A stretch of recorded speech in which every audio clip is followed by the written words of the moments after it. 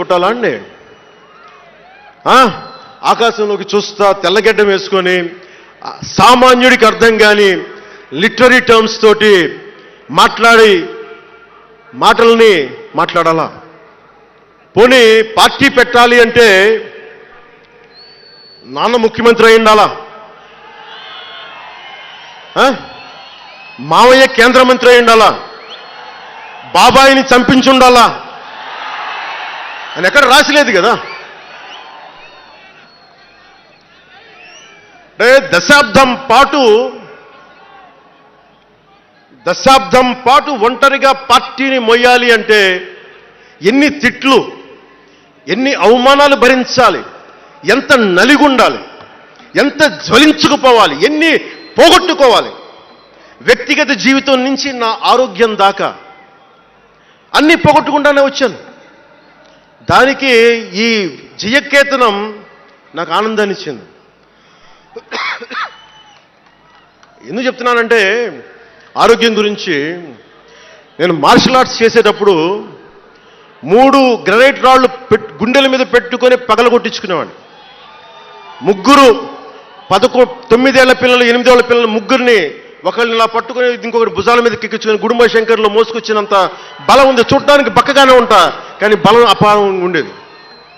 అలాంటి నేను ఈ రోజున నాకు రెండో కొడుకు నేను ఎత్తుకోలేను. పెద్ద కొడుకుని ఎలాగ ఎత్తుకోలేను అనుకోండి, అది వేరే విషయం. నా రెండో కొడుకుని చిన్నోడు 6-7 సంవత్సరాలు, వాడిని ఎత్తుకోలేను నేను. అంత బలహీన పడిపోయాను. కానీ బలం తెచ్చుకుంటాం మీ అందరి ఆశీస్సులతోటి, బద్దలు కొడతాం మళ్ళీ. అంటే రాజకీయాల్లో ఉండాలంటే 2 పిచ్చి పవర్ హంగ్రీ ఉండాలి, లేదా బలమైన సైద్ధాంతిక బలమన్నా ఉండాలి. వ్యక్తిగా ఎదగాలి, పదవే ముఖ్యం, అధికారమే ముఖ్యం. దానికోసం గుండాల్ని వాడుకుంటాం, మర్డర్లు చేయిస్తాం, వేల కోట్లు దోచేస్తాం, కులాలని కెలికేస్తాం, రకరకాల విద్వేషాలు రెచ్చగొడతాం, తద్వారా లాభపడతాం అన్నది ఇంకో పద్ధతి. నేను అది కోడికత్తిని వాడుకుంటాం, నేను అలాంటివి ఎంచుకోలే.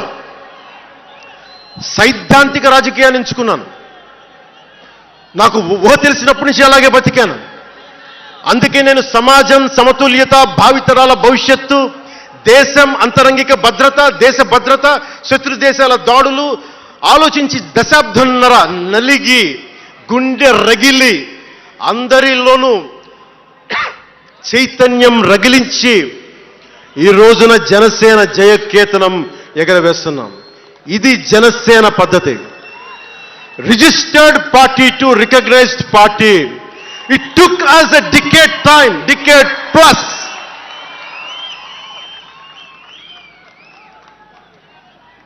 అంటే నువ్వు ఎలా మార్చేసుకుంటావంటారు. నువ్వు అలా పడితే ఎలా మార్చేసుకుంటావని మాట్లాడతారు.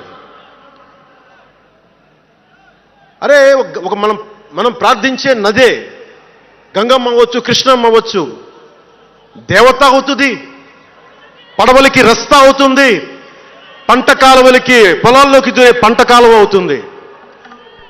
మార్పు అనేక రకాలుగా ఉంటుంది. ఇక్కడ నువ్వు గంగని నదిగా చేశావు, ఇక్కడ నువ్వు స్నానం చేయకూడదంటే కుదరదు. చాలా విభిన్నంగా చూడాలి.